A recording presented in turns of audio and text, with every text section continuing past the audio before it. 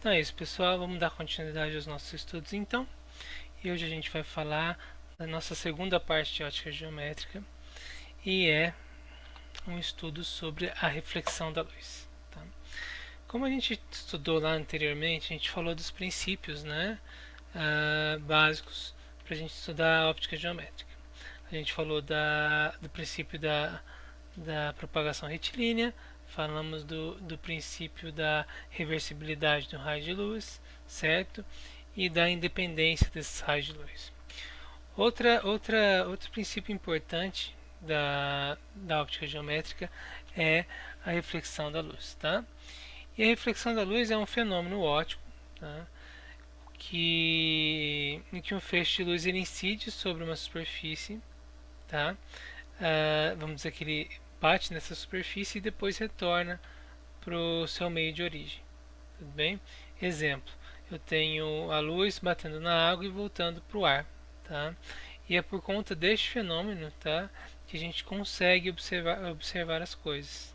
Então, como eu disse lá na nossa primeira aula de introdução, tá, a gente consegue ver uma pedra porque a luz do sol bate nessa pedra, tá, e essa luz é refletida até os nossos olhos. Beleza? Ótimo. Então, existem dois tipos de reflexão, tá, gente? A primeira reflexão é a reflexão difusa, que é uma reflexão onde os raios de luz eles incidem em uma superfície irregular, rugosa, tá? E eles são refletidos para direções distintas. Aqui como está na figura aqui, eu vou pegar um pedaço de pedra, tá? Uma superfície rugosa. A gente dá um zoom nessa superfície, que a gente vai ver? Uma superfície cheia de irregularidades, certo? E aí, se a luz incide sobre essa superfície, para cada ponto aqui, eu vou ter um tipo de reflexão. Então a luz aqui bateu, vai voltar para cá, essa aqui volta para cá. Então eu vou ter uma luz que vai ser totalmente espalhada, tá? Depois que ela atingiu a superfície e refletiu, beleza? Outro tipo de reflexão é uma reflexão que a gente chama de reflexão regular, que essa é a mais interessante para a gente, tá? Quando os raios de luz incidem sobre uma superfície e essa superfície é lisa, o que vai acontecer? Esses raios de luz eles vão seguir todos uma mesma direção e vão ser paralelos. Um exemplo, eu pego um espelho, por exemplo, tá? Vou dar um zoom nesse espelho. Se esse espelho for um bom espelho, né? Eu sei que essa superfície é quase plana, né? Praticamente plana, lisa. E aí, toda vez que os raios incidem aqui, eles vão ser orientados para a mesma direção na reflexão, certo? Então eu tenho a reflexão regular quando todos os raios refletidos seguem a mesma direção, todos paralelos entre si, tá bom? Eu fiz um vídeo para vocês aqui, ó, temos aqui então a regular e a difusa. Olha o vídeo que eu estou mostrando aqui para vocês. Eu incidi um laser, tá? Eu joguei um laser aqui sobre um espelho, tá vendo? E depois eu joguei ele para uma superfície porosa. Olha a diferença, gente. Quando ele está na porosa, quando ele está na porosa, aqui você vê que ele vai iluminando mais, tá? Vou mostrar de novo. Enquanto se ele está no espelho, a gente quase nem vê o laser, tá? Ó, só um pontinho. E quando eu jogo na superfície porosa, olha, dá pra gente distinguir o laser facilmente, beleza? Então é isso, gente. Ó, aqui estava sobre o espelho, a gente quase não viu, né? Se você vê, porque o espelho que eu tenho aqui é um espelho de baixa qualidade, tá, gente? Se você pega espelhos especiais para laboratório, por exemplo, espelhos que custam milhares de dólares, você nem vai conseguir ver esse pontinho, tá? Porque a superfície vai ser o mais polida possível, beleza? Mas deu pra gente ter uma diferença, né? Quando tá no espelho, eu vou rodar de novo, ó. Quando tá no espelho, opa!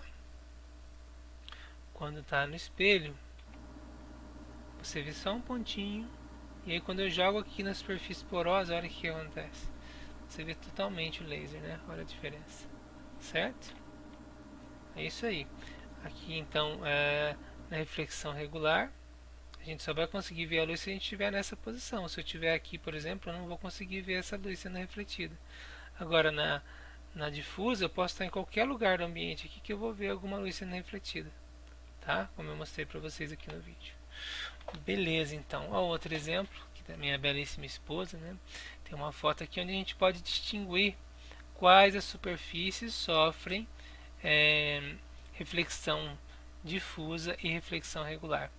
Vocês estão vendo que na água, né, você consegue ver a imagem dos objetos. Olha o obelisco aqui, as árvores. Então aqui sobre a superfície da água eu consigo ter reflexões regulares, tá? Porque eu consigo distinguir a imagem. Agora, você não consegue ver reflexos, né, sobre a grama, tá? Ou sobre um corpo humano, por exemplo. Você não consegue fazer isso porque nós temos superfícies rugosas. E aí a luz vai bater nela e vai espalhar para todas as direções. Tá? Então nós não conseguimos ver um reflexo. Deu para entender a diferença, gente? Então é isso aí. Importante da reflexão da luz é saber as leis dessa reflexão. Beleza? Quais são as leis? Vamos pegar um raio de luz sendo refletido para a gente entender como é que isso funciona. Vamos lá. O raio de luz incide sobre a superfície, certo? E aí ele vai refletir voltando para o mesmo meio onde ele estava. Tudo bem? Por ser o mesmo meio, as propriedades da luz aqui são as mesmas daqui, tá, gente? A gente vai ver mais pra frente, pode mudar alguma coisa, mas o que interessa pra gente é que do ponto de vista aqui desse ponto de incidência, tá? O raio incidente e o raio refletido, com relação a essa normal que a gente chama, tá? É uma reta perpendicular à superfície, tá?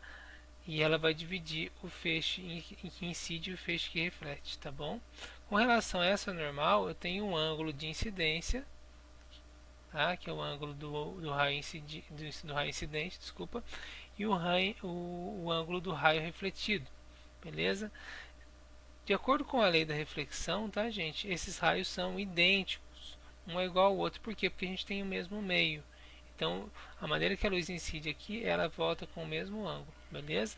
Então, vamos guardar essas informações, tá, gente? Ó, quem é normal, quem são os ângulos de incidência e reflexão, tá? E a primeira lei diz para mim que todos esses caras aqui, tanto a normal quanto o raio de incidência e o raio de reflexão, todos eles estão no mesmo plano. Pode ver que todos eu consigo desenhar no plano da lousa aqui, ó, certo? O que quer dizer isso? O que quer dizer que eles estão no mesmo plano? Quer dizer o seguinte, se eu jogo um feixe de luz aqui, gente, do jeito que está aqui no desenho para vocês, ele não ia vir na nossa direção, por exemplo. Ele não ia sair da tela, porque ele tem que estar nesse mesmo plano. E ele também não ia para o fundo da tela. Ele estaria exatamente sobre o quadro. Entendeu? Um outro exemplo é o seguinte, se eu jogo um laser aqui e ele faz uma reflexão em vocês aí, tá? Opa! Ele faz uma reflexão, tá? E vai até vocês, é porque eu estou na direção da câmera, certo? Se eu fizer isso, não tem como o laser ir para lá ou para lá. Ele sempre vai nesse mesmo plano, beleza?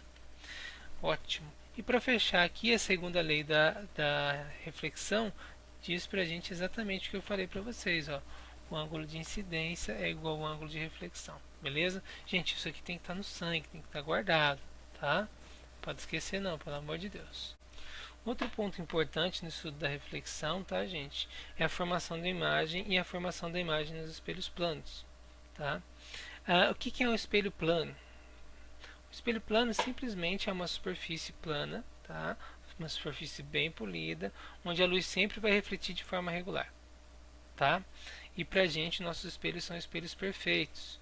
Sempre vamos ter uma reflexão de forma regular, beleza? A gente pode dizer que os espelhos, gente, eles são sistemas que são chamados de estigmáticos, tá? O que quer dizer isso? Para cada ponto objeto, eu vou ter associado um único ponto imagem. Então, se eu ponho um ponto na frente do espelho, eu vou ter como imagem um único ponto. Ele também é classificado como aplanético. O que quer dizer isso? Se eu ponho um objeto plano na frente do espelho, eu também vou ter uma imagem plana, tá? E, finalmente, é classificado como um sistema ortoscópico, que é um sistema que produz imagens sem distorções. Então, quando você vai no banheiro pela manhã, tá? Você olha a imagem no espelho e você vê exatamente isso. Você vê se você coloca a mão na frente do espelho, você vai ver a imagem da sua mão, sem distorções, tá? E como é uma única mão, você vai ver uma única mão como imagem. beleza? E o espelho plano ele é o único sistema que consegue ser ao mesmo tempo, ter ao mesmo tempo todas essas as características, beleza? Outra coisa interessante, né, é na formação dessa imagem, beleza? Na imagem produzida por um espelho plano. Vocês já viram na rua uma ambulância, por exemplo, né? E aí você vê que a palavra ambulância está escrita de uma maneira bem diferente. Isso acontece devido ao processo de formação da imagem no espelho. Se eu pego a letra F, por exemplo, né? Eu vou ter para cada ponto da letra F um outro ponto associado como imagem, beleza? E eu vou ter uma imagem formada de uma maneira distinta. Tá? A gente chama essas imagens aí, uma imagem produzida por um espelho plano, de enantiomórficas. Eu não posso falar que é uma imagem inversa, gente, porque eu não mudo todas as direções, certo? Eu só mudo uma direção. Então, a gente chama essa imagem de enantiomórfica. Tudo bem? Ótimo. Para a gente entender melhor esse processo, tá, de formação da imagem, eu separei um esqueminha para vocês aqui. Como é que a imagem é formada?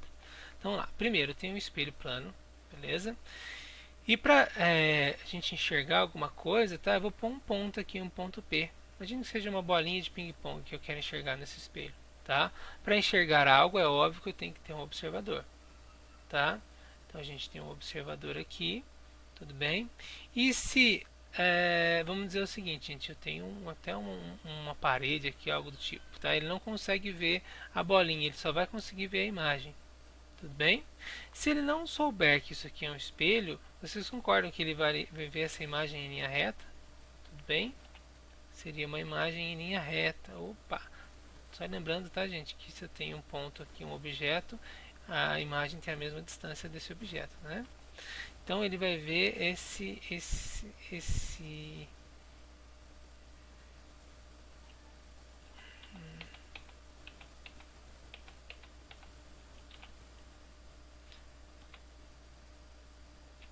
um outro ponto importante, gente, é a formação da imagem, tá?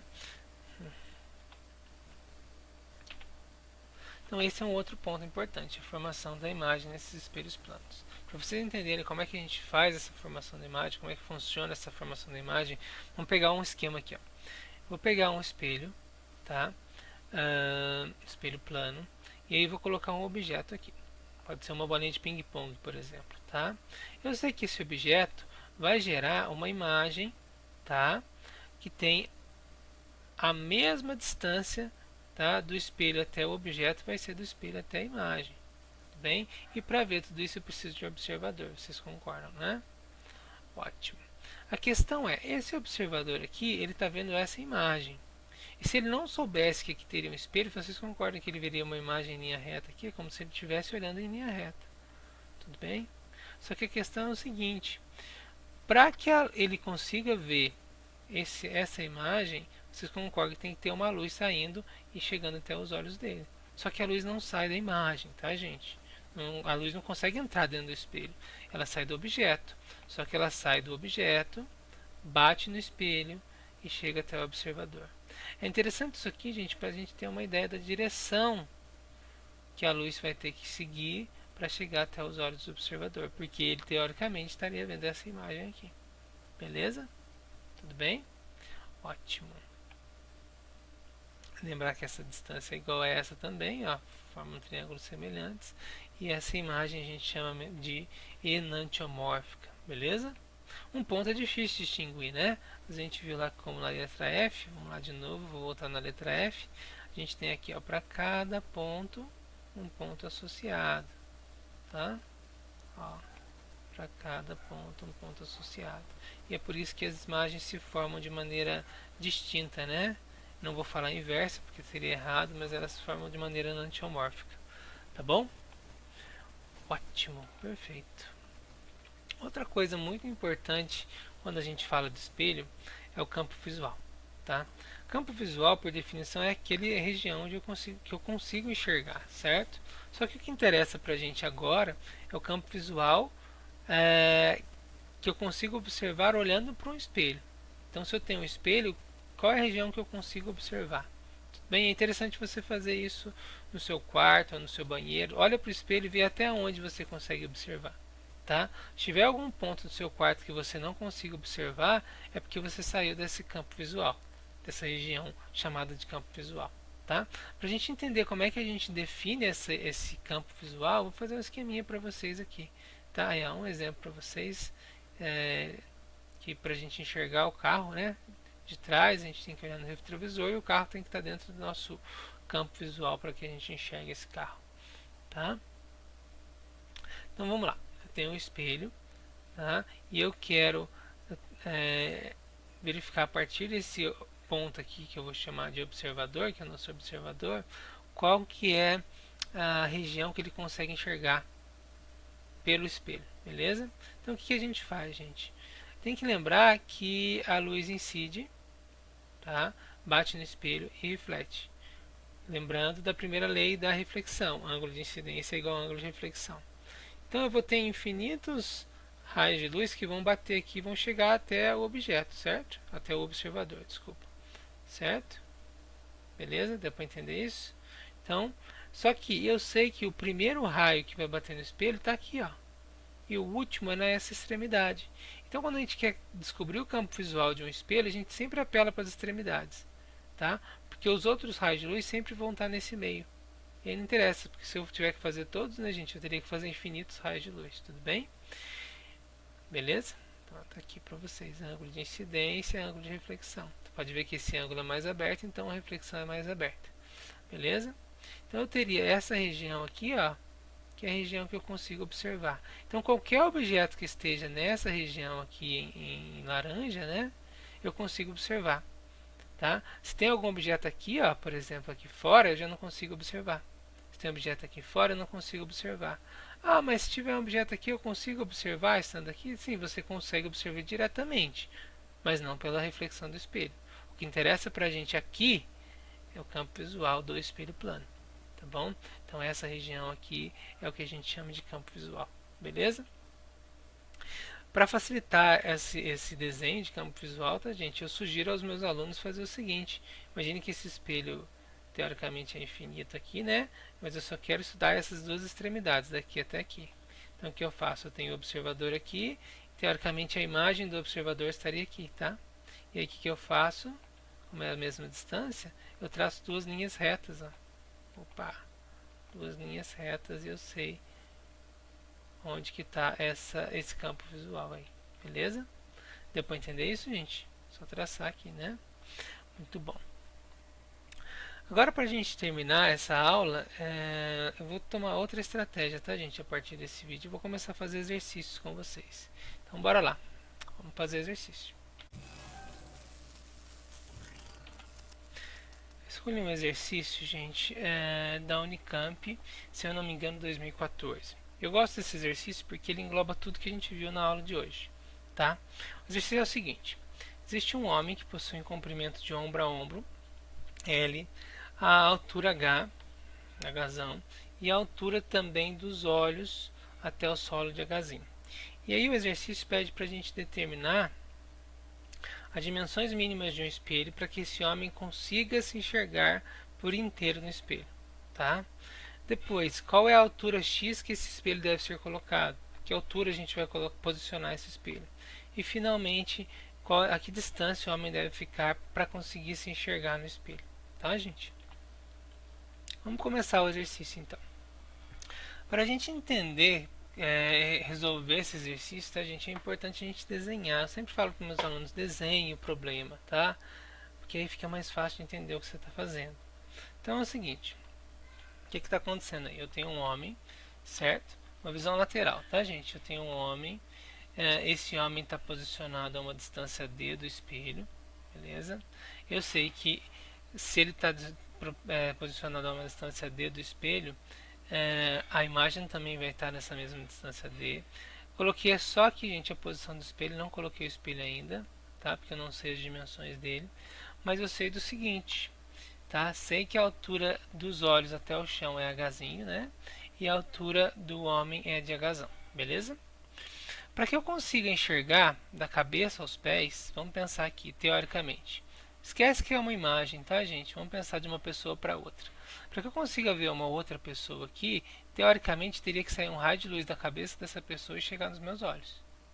E um outro raio de luz que sai dos pés dessa pessoa até os meus olhos. Tudo bem? Beleza? Então, olha que interessante. Para a gente pensar nisso, pensando no campo, né, que eu falei para vocês lá no campo visual, né, eu preciso de um campo visual que tenha o tamanho da pessoa. Tudo bem? Que ele consiga se ver por ele inteiro. Então, o tamanho do espelho vai ter que ser esse tamanho aqui, ó, da primeira e da última reflexão, certo? E aí a gente vai chamar isso aqui de A. Esse é o tamanho da dimensão vertical do espelho, beleza? Lembrando que aqui também é Hzão, né? E aí, outra coisa importante, ó, não quer dizer que a luz saiu daqui e veio parar no olho dele, não. Quer dizer que a luz saiu da cabeça dele mesmo, bateu no espelho e voltou. Tá? A luz saiu do pé dele mesmo, bateu no espelho e voltou. Então, olha que interessante, se eu fosse desenhar o campo visual, seria tudo isso, né, gente? Se tivesse algum pontinho aqui, um mosquito aqui em cima, onde está o pointer, ele já não conseguia enxergar. Se tivesse um mosquito aqui embaixo, ele também não consegue enxergar. Tá bom? Ah, ele consegue ver diretamente se ele olhar para baixo. Tudo bem, mas o que interessa pra gente é a imagem no espelho. Ele não consegue ver a imagem no espelho. Beleza? Ótimo. Para ficar mais fácil de a gente entender esse cálculo, gente, eu vou retirar essa luz aqui e mostrar para vocês como é que a gente vai prosseguir. Eu quero prosseguir, certo? Eu quero descobrir qual é esse tamanho A. E aí eu vou usar simplesmente geometria, gente. Tá? Simplesmente geometria. Olha aqui, para vocês verem. Existe um triângulo aqui, não existe? Ó, vou mostrar de novo para vocês. Olha o triângulo aqui. Em que eu tenho um triângulo, se eu olhar de lado, né, seria uma base Hzão e uma altura de 2D. Tudo bem? Olha que interessante também. Eu tenho então duas paralelas cortadas por transversais. Teorema de Tales, né? Ou se não, eu vou dizer o seguinte, que esse ângulo é igual a esse ângulo é igual a esse, tá? E aí eu poderia desenhar um triângulo menor aqui dentro, ó. Esse triângulo laranja, certo? E aí eu posso dizer até que esses dois triângulos são semelhantes, porque aqui eu tenho um ângulo comum, esse ângulo é igual a esse é igual a esse. Pelo critério de semelhança, eu posso dizer que a altura A que eu quero descobrir, tá? A dimensão A que eu quero descobrir está para Dzinho, que é a altura desse triângulo aqui, né? Assim como o Hzão está para todo o triângulo grande, ó, 2D. Então é só escrever isso, ó. A está para D, assim como a Hzão está para 2D. Como eu tenho D e D aqui, eu posso cortar, né? Simplificando, dividindo todo mundo por D. O que vai acontecer aqui? Eu vou ter simplesmente que essa altura vai ser metade do tamanho do homem. Então, se o homem tem 1,80, por exemplo, se essa pessoa quer se ver por inteira, o espelho tem que ter 90 centímetros. Legal isso, né, gente? Ótimo. Vamos para o próximo caso. Eu quero ver agora a outra dimensão do espelho, tá bom? Só que para ver a outra dimensão do espelho, gente, eu vou ter que olhar por cima. Então vai ser uma visão superior. E aí eu faço a mesma coisa. Tem a pessoa sendo olhada de cima, a cabeça, os ombros, certo? Eu vou ter uma distância D, então eu vou ter uma imagem D também, a uma distância D, e vou seguir os mesmos procedimentos. Ó. Tem uma largura L de ombro a ombro, então para eu enxergar essa largura, então, se não tivesse o espelho, né, eu tivesse uma pessoa idêntica olhando para outra, esse raio de luz teria que sair do ombro, chegar aos olhos, sair do outro ombro, chegar aos olhos. Tudo bem? Então olha o tamanho do espelho aqui, ó, a gente sabe qual que é. Essa é a dimensão do espelho que a gente vai chamar de B. Beleza? Mais uma vez a gente sabe que não é assim que funciona, né? O raio de luz saiu desse ombro, bateu no espelho e foi até os olhos, saiu desse ombro, bateu no espelho e foi até os olhos. Beleza? Só que eu não vou desenhar aqui para não ficar feio o nosso desenho, tá? E a gente faz a mesma coisa lá dos triângulos, gente. Ó, tem um triângulo aqui, belo triângulo, de base L e altura 2D, e um outro triângulo de base B e altura T. Certo, gente? E aí a gente faz a mesma coisa. B está para Dzinho, assim como L está para 2D. Olha lá, só cortar D com D de novo. E B vai ser metade da largura ombro a ombro da pessoa. Tudo bem? Então se a pessoa tiver 60, sei lá, 50 centímetros de ombro a ombro, 60 centímetros, então o tamanho do espelho vai ser metade, vai ser 30 centímetros, certo? Ótimo! Então a gente já definiu o item A, tá? A gente já tem as dimensões do nosso espelho, vai ser metade da altura e metade da largura. Legal, né? E o outro, a outra pergunta é o item B, tá, gente? Eu errei aqui, é o item B, que ele quer a altura X que a gente deve colocar esse bendito espelho. Então, a hora que a gente faz, a gente vai analisar não esse triângulo agora, mas esse triângulo aqui de baixo, gente, ó. Certo? E esse triângulo é semelhante a esse menor aqui, ó. Fácil, não é? E aí a gente faz a mesma coisa. X está para Dzinho, assim como Hzinho agora, que é a distância dos olhos, né? Está para 2D. E olha lá, pronto. Eu sei que a distância que eu tenho que colocar esse meu espelho, tá? É metade da altura dos olhos da pessoa, viu?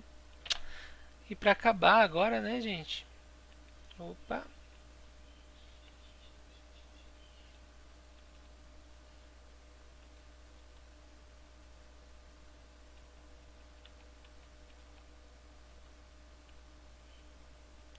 temos aqui o item D, que quer saber qual é a distância do homem, tá? Que ele deve ficar do espelho para que ele consiga se ver por inteiro. Não sei se vocês separaram, gente, mas em todos os itens a gente simplificou o exercício e cortou os Ds, certo?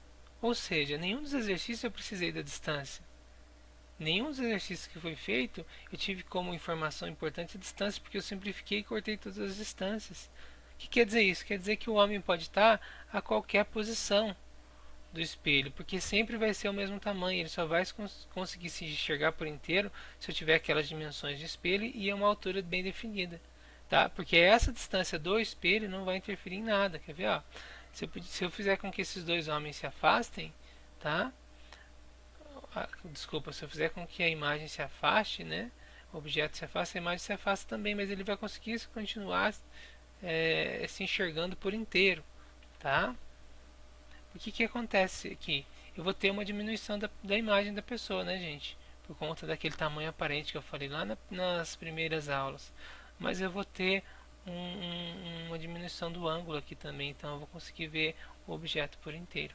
Beleza? Então é isso, gente. É o fim e até a próxima.